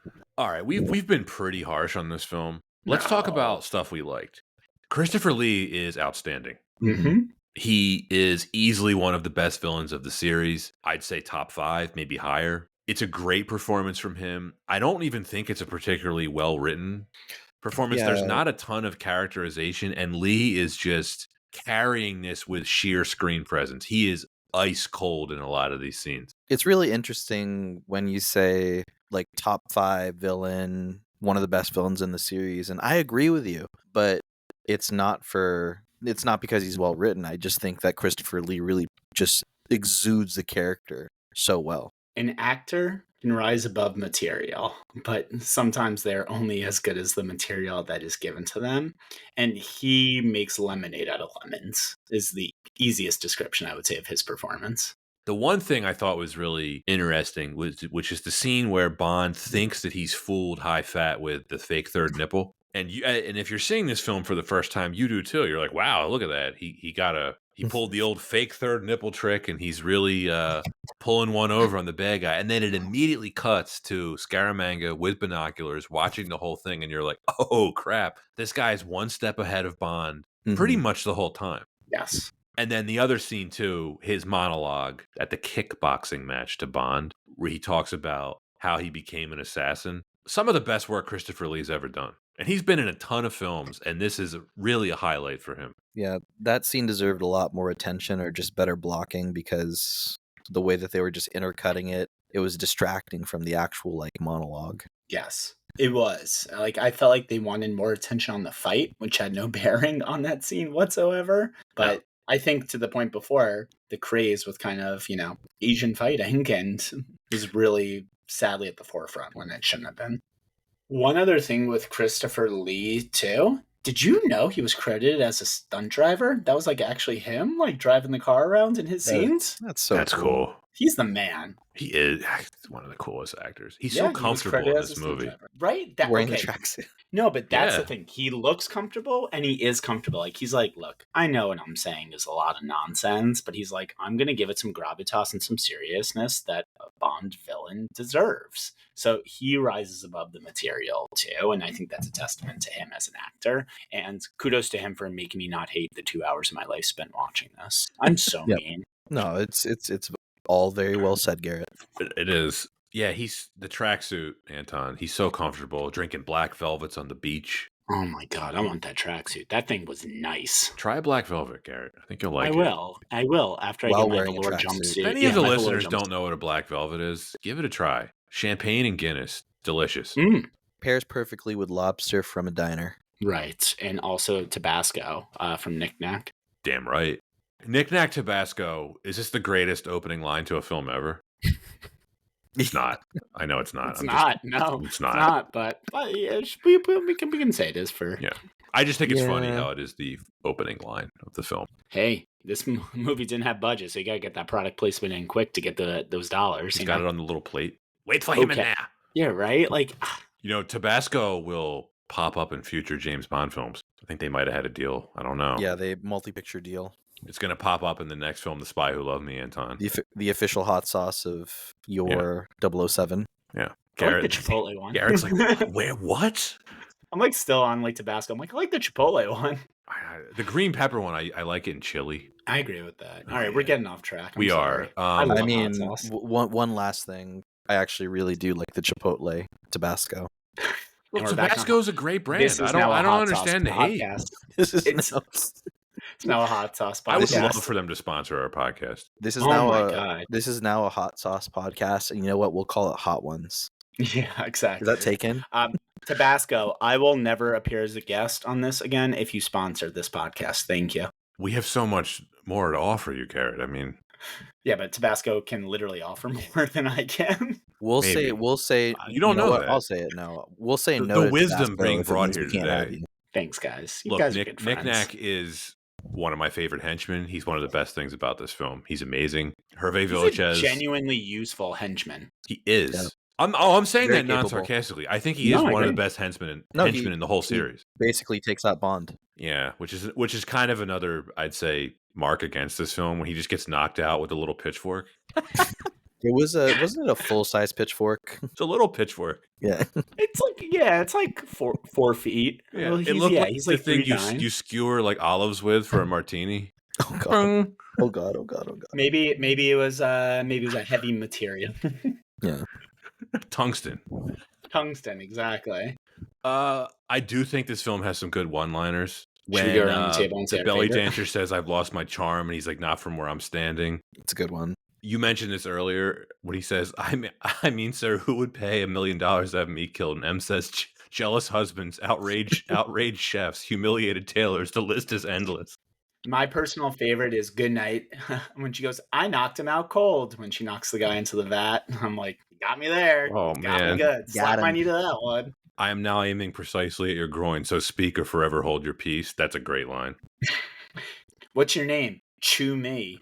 Really? Really? Really? Like, I feel like Roger Moore's like, "What the hell? Really? That's your name? Chew He's me?" like, "I can't believe I have to deliver these lines." Oh man. There's That low woman is- key ones too. And he says, "Miss Anders, I didn't recognize you with your clothes on." Bond, you dog. When Bond lands on Scaramanga's island, he's offered a Dom Perignon 64, and he says, "I prefer the 62 myself. Still beats a bag of peanuts." Classy. And then, Yep, good callback to the bag of peanuts. you know, the good one is, "I've never killed a midget before, but there can always be a first time." It's like, wow. Wow. I don't have any swimming trunks. Neither do I. Neither Chew have I. me, my favorite. Shoot me. It is funny how I feel like it will always reference Austin Powers at least once while talking about James Bond, but very well done parody of Bond films. Oh, my yeah. God, the best. Wait, I got one more quote. Because we were talking about him before. When he goes, after the assassination on Gibson outside of the Bottoms Up, he's like, "Gentlemen, I congratulate you. Instead of getting our hands on a perfected Solex, we're left with a useless corpse and no leads." I'm like, Jesus, man. Like, Just landed him. take a nap. You're so angry, Em. Even worse, in that same scene, he tells Bond, "I almost wish that Scaramanga had a contract on you." It's like, what? What? Whoa, Straight man. up launched to kill him. I Oh my mean, God. look, can you Is can this you the blame most annoyed he's ever been with Bond? Everyone seems so annoyed in this film. Like, even Bond is like, "What the? I didn't guess- have to do this." But can you blame M? I mean, at the end of the film, how does Bond say, like, you know, mission accomplished? He's just on the phone, like letting him hear letting M hear like Bond having sex with Goodnight, just on the Good phone. night. Like, listen Are you now. coming? Yeah, She's good night. coming, sir. She's just coming, sir. That sent me into the heavens. My favorite line, though, is spoken in the pre-title sequence. When, Anton, you know this guy. Yeah. Garret, if you're not familiar, please look this up. We get a reoccurring character from Diamonds Are Forever. One of the henchmen, one of the mobsters from Diamonds Are Forever. He's credited here as Rodney. Mm-hmm. He is killed by Scaramanga in the funhouse. So he has a great line in Diamonds Are Forever, which was, "I didn't know there was a pool down there," So funny. when he tosses Plenty O'Toole out the window. Right. So he says here when he shoots the mannequin of Al Capone, he goes, So "Oh, don't hold it against me." So I had a stupid. pause. I was like, "Did I miss something?" I'm like, "Oh no, that's an Al Capone mannequin." So It's great. a bad joke. Mhm. On the dark ride. So funny. Shouldn't So this not? This should be a ride, right? At Disney World, Scaramanga's Funhouse. Like, think how cool that would be. I mean, it'd I be would- terrible, but Well, I guess it'd be MGM Studios now since they own the rights. oh right. Well, We could wait, get the honky tonk version of the title funny- song. Well, funny circle, it was MGM Studios at Disney World. Yeah, a while ago it was. Yeah. Man, the snake is eating its own tail right now. Do you wish Life, that Disney finds a had way. bought the half of Bond? I would watch Disney Bond. I'd be I down. would think. I'd be very You down. know what? No, I'll take a Disney Bond. Sure, why Because not? it's Amazon now, but they don't have any control over it. And they're not doing anything with it. They can't. Yeah. So this is the interesting part of it. I mentioned this earlier, Garrett, how Saltzman had to sell his stake to United Artists, Right. which is, of course, now owned by Amazon, but they have no creative control. It's entirely on the Broccoli family. Kind of cool, actually. It's kind of the last family-owned franchise that I can think of. It's kind of unique in that way. Not that they're doing anything interesting with it, but turn out one of those films and they'll still make $1 billion, regardless if it's a Spectre or a Skyfall. In terms of like popular franchises, I know In-N-Out's still family owned. Oh, we're talking like general franchises, right? It's a bad joke. I believe it wasn't a great joke, but it wasn't a bad joke. And it's a true statement. Yeah, it's better than a lot of jokes that we just referenced with one-liners in this film, though. That's fair. What do we think of Roger Moore's performance in this film? We haven't really talked about him much. I thought he was actually pretty good, still very charming, but when he was written into situations that felt uncharacteristic, that's where it felt awkward. But when he had moments to shine, like as a foil to Salamanca's character. Salamanca? Yeah, Salamanca's the character. Battle of Salamanca. Francisco Salamanca. It just felt more natural. So I think like that's just more with knowing where he shines and really is a better Bond in his own right. Yeah, I agree with you. I feel like a lot of what was written almost feels like it was written for Connery. And so it feels like Roger Moore basically trying to walk with two left shoes. But I mean, the humor comes across. He has an easy rapport with kind of everyone on screen too, and just very effortless charisma. But just like the writing of the character just feels like it's not for him, it's for someone else, and that someone else feels like Sean Connery. They would absolutely course correct for this in the next film, which is, in his own opinion, his best Bond, which is The Spy Who Loved Me. Mm-hmm. Because we've already talked about this, but like it's worth pointing. I've always felt about Moore. He's such a likable guy that this film, they just couldn't figure it out. It's like, stop putting him in scenes where you're asking him to do unlikable things. Right, because he's got that like sly wit about him. Yeah. Oh, I think out of all the Bonds, he had by far the best comedic chops. 100%. Yeah, I think his performance here is fine. I agree with you, Anton. It's good when he's allowed to play to his strengths. Mm-hmm.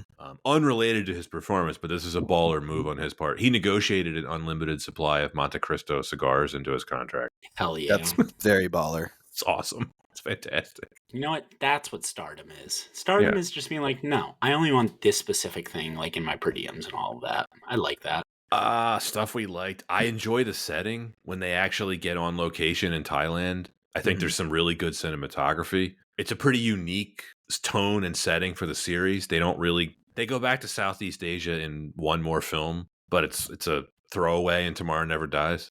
I don't know, I'm running out of stuff I like. The Peninsula Hotel in Hong Kong. Yeah, I was like, yeah, it's pretty. Yeah, I've always wanted to stay there because of this film. Unfortunately, it's about $750 a night, so probably not happening anytime soon. Tabasco, please sponsor this podcast so Pat can stay at the Peninsula. I feel like they'd be a great sponsor. I really do. It would be a great sponsor. Oh, totally matches. I mean, the I guess ethos. we haven't really touched on this, but I think I appreciate it is a bit of a time capsule to the 1970s, whether it's the fashion, a lot of the architecture that we see. That is like, I guess, something that sometimes goes for granted. I think some of the fashion in this film is quite dated. However, like all of these films, Anton, we always talk about the tailoring, the outfits. Mm-hmm. There's some good ones in here. When he goes to Beirut, he is wearing, I think, one of the best suits of the series. It is a marine blue suit. Mm-hmm. And I really like the safari shirt. And then the plaid blazer that he wears during the climax, I think is awesome. Not everyone can pull it off. I don't think I could, but looks good on Roger Moore. Do you guys follow the websites bondsuits.com? Of course. Fantastic sure website. Yeah. I'm sure you do. Yeah. And I kind of It's the said only that website you need for this. Exactly. That's what I was going to say. I'm like, I want to meet the people that write like literal encyclopedias about this because they are doing loads. Oh, that's so cool. He lives in New York. Cool. One of my favorite Reddit threads on a frugal men's fashion is recreate different Bond outfits. That's cool. I always like that that Reddit thread. I think I'm gonna give it a nice look after this. Mm-hmm. I think the outfits are great. Like they're 70s, but not like flared out crazy 70s, like very just British too. Got some really nice Gucci like throughout like the film too. Oh, yeah. Who is it? I think if it's Goodnight or Anders, one of them has like a Gucci bag that I'm like, God Goodnight damn, does. like a good night. I'm like, I'm not a woman, but if I was a woman, that would be the bag that I Roger would want. Moore's But also luggage is men that like Gucci bags, in this film. yes. But also, yes, to men who like to wear handbags, do you? I wish I could pull it off. Can't. Do I wish I could pull it off? Anyway, that's a story for another time. Title song, not a fan. No, It's a song. It's. It's. I mean, we went from Paul McCartney and Wings to Lulu, and it's a downgrade. What's your favorite Bond song? Have you guys talked about that on the podcast before? And I apologize if I missed that. We've talked about like what is your favorite like Bond themes? I don't know if we had this specific conversation though. We talked about how much we loved Live and Let Die. Yes. Oh, I agree. It's one of the best Yeah. ones. I think my favorite is Nobody Does It Better. Ooh. From The Spy Who Loved Me. I think I got to go with Casino Royale's You Know My Name by Chris Cornell. Like Amazing. that song like jacks me up every time I listen to it. Amazing. And also the Radiohead unused one for Spectre. For I think it's a Spectre. fantastic one. Doesn't count. Unused. I know it doesn't count, but I love Radiohead. Shocker to anyone who knows me. Skyfall's a great song. Skyfall, I feel like, is the perfect contemporary that feels like one that could have been released in the 60s or 70s. Oh yeah, I'm a huge fan of View to a Kill by Duran Duran. Ooh, that's cool. It's just a fun song. I actually love Live and Let Die, and very close to that actually is Diamonds Are Forever. I think Diamonds Are Forever is my number 2. I like that one. It's pretty awesome. Yeah, John Barry. This one, man. Look, I don't like this song. I actually like the score to this movie. I think it's pretty good. Considering he didn't like it and it's ranked low, I enjoy it. I like the song incorporated into the score. I like the melody of it. The song itself is pretty trashy, but yeah, I like his score. I don't think it's bad. I agree. Just the opening, closing songs, just turds. Anton, we talked about this on Live and Let Die, but Garret, if you think about it, the title song exists in the film. Yep, it does. Yeah. And it's the second for one in a whatever row, reason, which is super funny. A lot of diegetic sounds in this movie. Yeah, it's I don't quite know why or they decided to do that, but the honky tonk version is pretty entertaining. Oh, the jazz version too? Yeah, right? There's the honky tonk and like a jazz one. Yeah. No, there's two of them. Yeah. It's funny. It could have been why? just another example of this could have been cooler. This wherever movie- you are. This movie is a slide whistle. Really is. Cinema. It is. If slide whistle could be anthropomorphized, it would be this movie. The slide whistle corkscrew jump thing is probably the most emblematic thing about this film. It's like, good idea, looks cool. Why is there a slide whistle here? I thought it was an America's Funniest Home Video clip when you add in the slide whistle. That's John Barry's fault. That was all John Barry. And that is so bizarre. If you listen to the score on like Spotify, the slide whistle is in the score. Oh God! As like a clip, it's its own thing. It's like a 1 second clip. I'm surprised, like, they haven't remade it with like peppy hair from Star Fox just yelling "do a barrel roll" too, like just to like bastardize it even more. I'm sure there must be a meme. I'm sure some guy in 2005 on YouTube did that. This is the last time that Bond wears a Rolex until License to Kill. For the rest of Moore's tenure, it would be rocking Seiko. Oh, Seiko. I love Seiko. I have 3 of them, but it ain't Rolex. No, it is not. I say that as I own a G-Shock and barely wear watches. There's nothing wrong with that. No, there is. I love my G-Shock. Yeah, they're great. They're great. That's what I need. I feel like we've been pretty harsh on this film. We talked about the treatment of women, the racial stuff, how cheap the film looks. We did mention some things we liked. Gentlemen, do we have anything to add before we wrap this up and give our ratings? All right. I have nothing to add, except I wish you could have given me 2 hours back of my life. And even though I watched this movie in traffic, looking outside the window is probably more interesting. Garret, then, please, as the guest. Yeah, should I go first? Because I think I just jumped the gun. Yeah, no. We always like our guests to go first. You don't have to, remember. Yeah. but we Right. always like to No, offer it. I'll go first. So, as someone who grew up on a way different era of Bond with Pierce Brosnan and Daniel Craig, revisiting the old ones, sometimes I'm astounded at how silly and absurd some of these movies can be. And I know a lot of the later Roger Moore entries kind of really lean into that absurdity. But this movie is just honest, like silly and farcical. And like Anton, you kind of referenced it before. It almost feels like a rejected Austin Powers script in pieces too. It just feels boring. Everyone feels bored. It feels uninspired. And again, I think the greatest sin that this movie commits is the lack of technology, which to me is a hallmark of any Bond movie and James Bond itself. Pat, you said it before, Scaramanga has all of the tech, and James Bond's tech is a third nipple. There's some fun parts. Again, the corkscrew flip is a sick stunt, and especially for 1974, I think is great.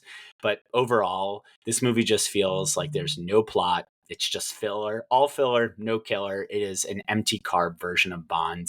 And because of that, I have to give this movie a C minus. That is going to get you a degree in college, but is not going to get you a good career in life. And I'm glad they were able to course correct this franchise, but let's be honest, not for a long time. Higher score than I expected. I was feeling very generous because I know I was trashing on it and said, give me 2 hours of my life back. But to be honest, there were some enjoyable moments. It was boring, but it's a good way to pass the time. And I have a soft spot for Bond. And again, that stunt alone gives it a full letter grade, but the slide whistle takes the plus away from it. I was going to say, like, C minus, like, you didn't hate it, clearly. I didn't hate it. Again, on Letterboxd, I gave this movie, I want to say 2 stars, which is like a C minus to me. That's fair. Okay. So I don't think that this film is a complete failure. I mean, Roger Moore going into this film, there's still a lot of potential for the audience to really accept him as Bond. He delivers the lines and the one-liners with his charm, and I feel like when we get more of that, that's where it feels like we get the potential of the Bond that he is going to be. And I feel like that is really exciting. We have a really fantastic villain. Christopher Lee is just stupendous, just as Scaramanga, just like full of charisma. And I think like that really shouldn't go understated. But really, really bad, just poor pacing, for one. When we actually do get things like car chases or any of the pacing actually feel like it's picking up, it's always bogged down with things like distracting J.W. Pepper or with non-understandable movement from one scene to the other. And I feel like with that, we just have such poor writing throughout the film that really brings down what could have been, on paper, could have been a nice, simple film with more of a focus on Bond and the villain. But it's not what we got. And I feel like if the film maybe had a bit more focus and just really zeroed in on the elements that we identified as like actually really positive, we could have had a really interesting film. But instead, we just had something that was a little off kilter, didn't have too much budget, and it doesn't go down as a Bond classic, but it does have Bond classic moments. So it's a lukewarm Black Velvet for me. So I'm going to go ahead and give it a D+. I love James Bond too much to truly hate any of the films. That being said, there are weaker entries in the series. This is one of them.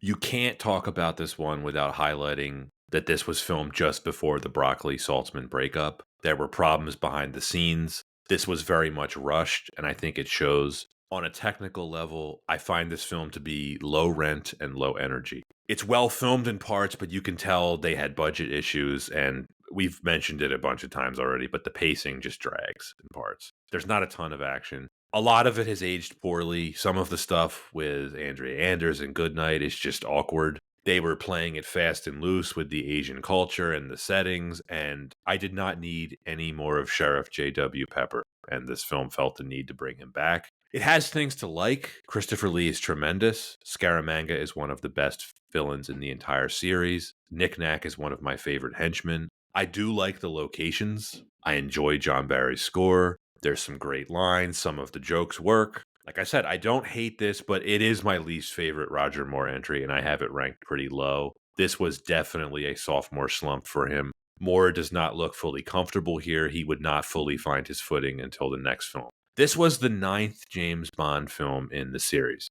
It was seen as a low point at the time, and it is easy to see why. If you have to rank it against the first 8 films, I think it's competing with Diamonds Are Forever for the worst of them. And as far as my rating goes, I am going to put this below Diamonds Are Forever because, Anton, while that movie we found to be completely silly, we both agreed it is far funnier than this and far more watchable.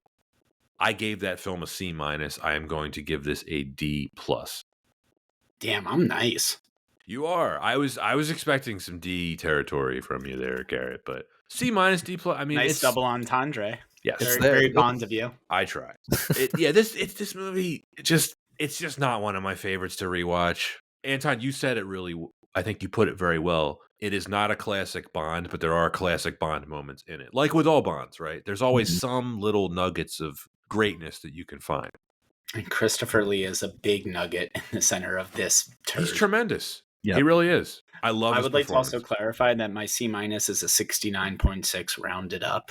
Okay. You are being generous. Yes. In conclusion, we mentioned in the intro, this would be Saltzman's final contribution to James Bond. He put his half of Danjaq, which is the holding company that owned James Bond, he put it up as collateral with his debts with a Swiss bank. And in December of 1975, under pressure from his lenders, he sold his stake in the series to United Artists. Now, a few months after that, while doing pre-production work for The Spy Who Loved Me, Eon was slapped with a lawsuit from our old friend Anton, Kevin McClory. And this was the first time ever that the future of James Bond was in serious jeopardy.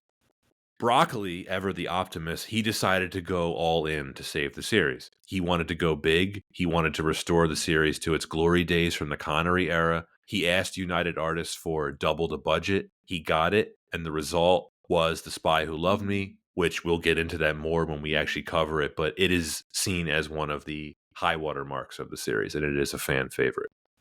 That's it for The Man with the Golden Gun. Garrett, as always, it is an absolute pleasure to have you on. Boys, I the love having pleasure- you on for this. The pleasure is on this side of the microphone, and it is a present to be in your presence. And I cannot wait for whatever movie you make me watch next. What is next for you? What's next? You're like, Well, what as we- torture as do we we- have? Oh, no, planned for we already Garrett? have it lined up. Ooh. We have This you is lined up news for to me. not one, but 2 Michael Mann films. Oh, we're going to talk about my favorite man, pun intended. Oh, yes. Yeah. That's right. I'm a big man. Later this season, the listeners can hear Garrett's talents on The Insider. So good. And then next season, Ferrari. Oh my God. Yeah. Listeners, get ready for some man bias. And that came out so wrong, and I'm not going to take it back. I hope it makes the final cut of this episode. Yeah. I will leave that in.